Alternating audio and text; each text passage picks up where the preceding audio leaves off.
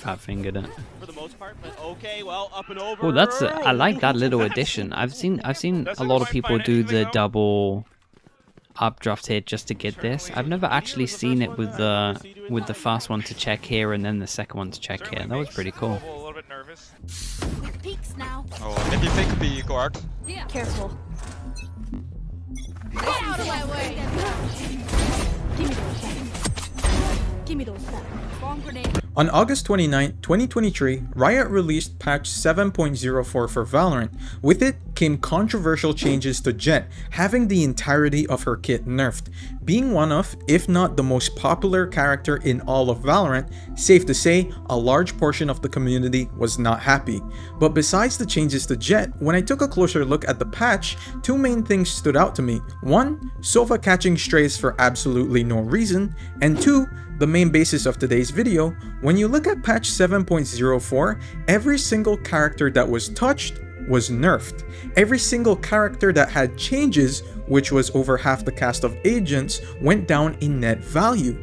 Given Riot's history of patch notes over the years, it's obvious to tell when major changes are made to the game, they have a tendency to always lean towards the side of nerfing rather than buffing. But is this the right way for Riot to be approaching balance in Valorant, or is the game headed in the wrong direction? On the 26th of June 2020, Riot released a dev blog outlining the fundamental principles they follow when it comes to balancing Valorant. Among the ideas outlined in this post, there was one statement that stood out to me the most. They state in one of their core principles that it's our job to provide an experience that is fair for every player, which is funny to me because 2 sentences later they state, we'll have to make trade-offs with which audience we're aiming to balance for. It won't be every player. But regardless, let's focus on the first statement, an experience that is fair for every player. What does this mean? It's still pretty vague. Well, for me, the way I see it is that when making changes, their goal is to keep the game fair regardless of what type of player you are, what role you play, or what agent you main.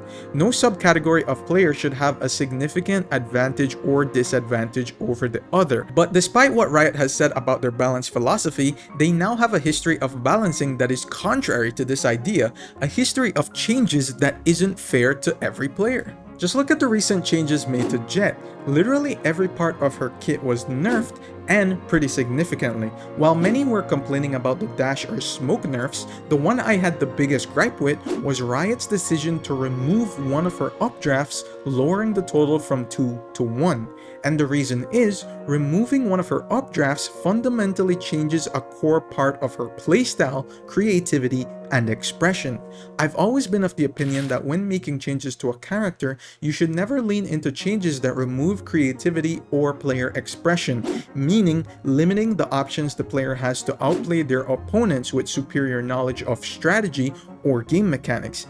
And that's why the updraft change really bothered me the most. The removal of one of her updrafts means that players can literally no longer go for double updraft plays when using her ultimate Bladestorm.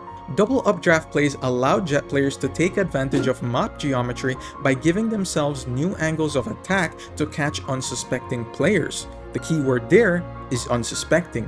The easiest way to counter a double updraft play is to not play in an area exposed to the angles created by them. Every map has a couple common spots where they're really strong. If you're aware the enemy Jett has their ultimate and you know these spots, then you can easily play in a position that isn't exposed to them, making the Jett player waste 2 of her updrafts at the start of a round. If the Jett player has more map knowledge and awareness, they can get easy kills. If the non-Jett player has more map knowledge and awareness, then they force the enemy Jett into wasting her utility early on. The Jett player had to weigh up risk versus reward. Do I risk using 2 of my updrafts early on to get a cheeky kill, or do I save them for later? This is why I liked the double updraft mechanic, as it rewarded the player with more knowledge. By completely removing an updraft from her, Riot has made it so that a Jett player literally has less creative ways to get kills using her kit. They have lowered Jett's creativity and character expression, and while Riot might cite that the main reason it was removed was because it too easily made Jett players escape tricky situations, it really wasn't until this year that we started seeing the best Jett players in the world really pushing the limits of movement tech with her updrafts. So how was this fair to Jett players? The players that took the time and effort to find and practice using their updrafts in these spots? The players that built their whole playstyle around it to a certain extent? It wasn't.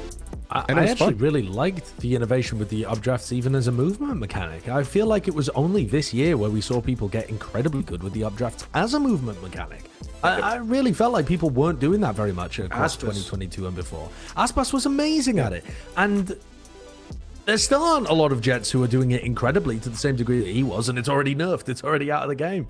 Yeah. So I don't think that one was necessary. I like the other two changes, but I don't think the updraft change was necessary personally.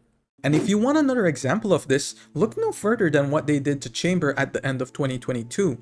At the time, Chamber was an absolute menace. He was by far the most dominant character in the game, and pretty much everyone agreed that his kit needed some nerfs. But what they did end up doing was pretty surprising to me. Like Jett recently, they nerfed every single part of his kit into the ground, like they really wanted him gone.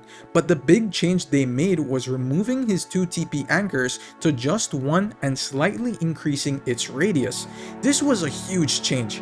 Previously, Chamber could deploy 2 teleport anchors, allowing him to quickly reposition after taking gunfights, most oftenly with an operator.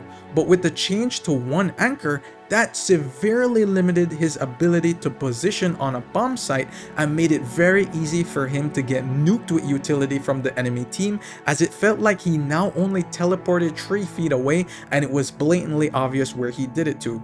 Coupled with the fact that his trip now had a range restriction that he had to now be aware of in order for it to be active, it almost became impossible for Chamber to hold a site as a sentinel, the primary job of the role. Where do you even put your TP?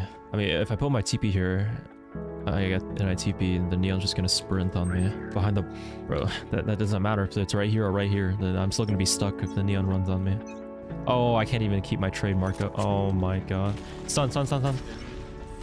The range restrictions with the TP and trip felt so severe that as a Chamber player, you had lost all your creativity and were forced to play very safe but one-dimensional positions. None of this was fair to the Chamber players that took the time to find creative ways of setting up their TPs for maximum efficiency.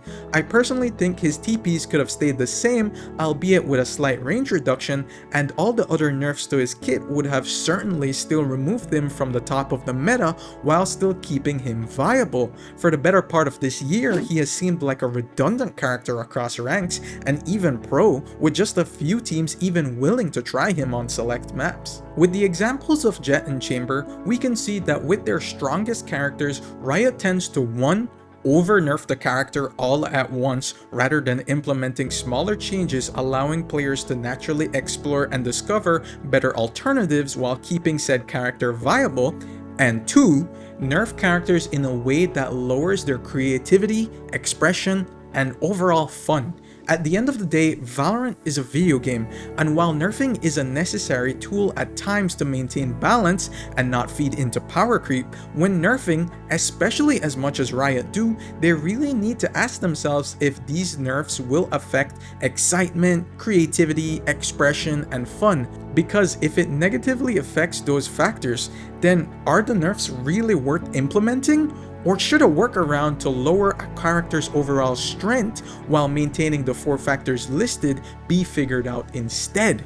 I would argue the latter should always be what the balanced team should lean into. It's why I was okay with how they nerfed Skye in this last patch. They lowered the overall strength of her abilities without altering her playstyle or creativity. Could you imagine if rather than lowering the health and duration of her abilities, they instead made it so you can no longer control her flashes with your mouse?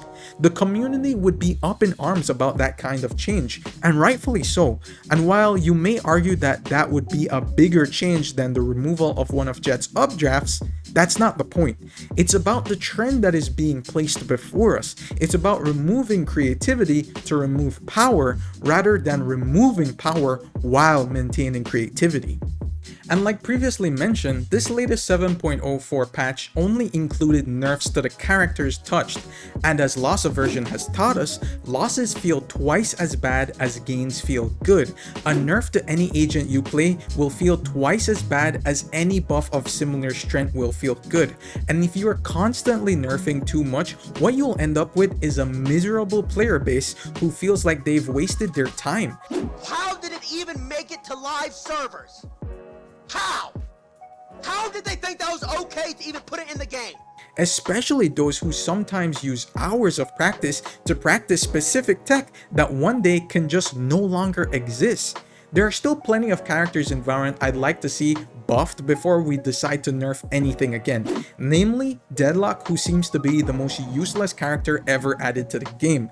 My hope is that Riot becomes cautious with the amount of nerfing they have been doing as of lately and buff up the characters that desperately need it. Perfect game balance doesn't exist, and as long as there are various ways to deal with the strongest characters and the weaker characters have a niche they can fill, I'd say your balance is doing pretty well.